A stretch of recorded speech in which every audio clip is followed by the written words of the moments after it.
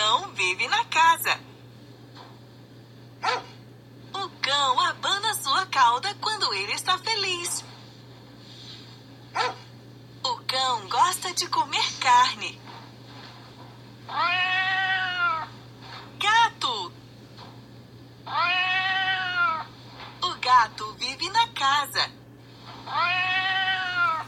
O gato gosta de beber leite. O gato tem pelos macios. Rato. O rato come queijo. O rato tem um rabo longo. O rato é um roedor.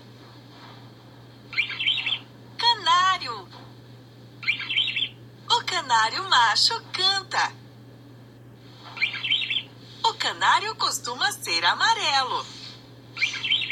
O canário come sementes.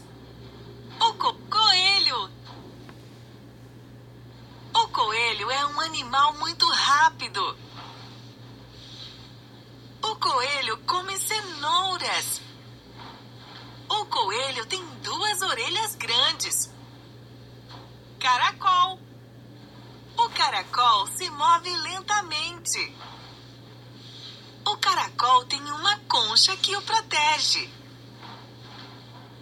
O caracol tem 2 antenas que o guiam. Iguana. A iguana é verde. A iguana vive em lugares úmidos. A iguana vive em árvores. Papagaio. O papagaio é uma ave muito inteligente. O papagaio pode imitar a voz humana.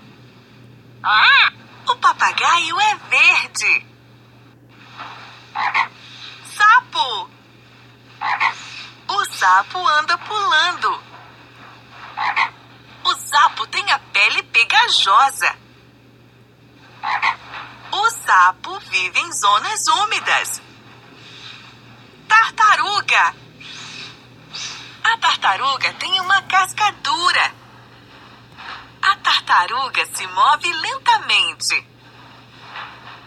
A tartaruga come legumes.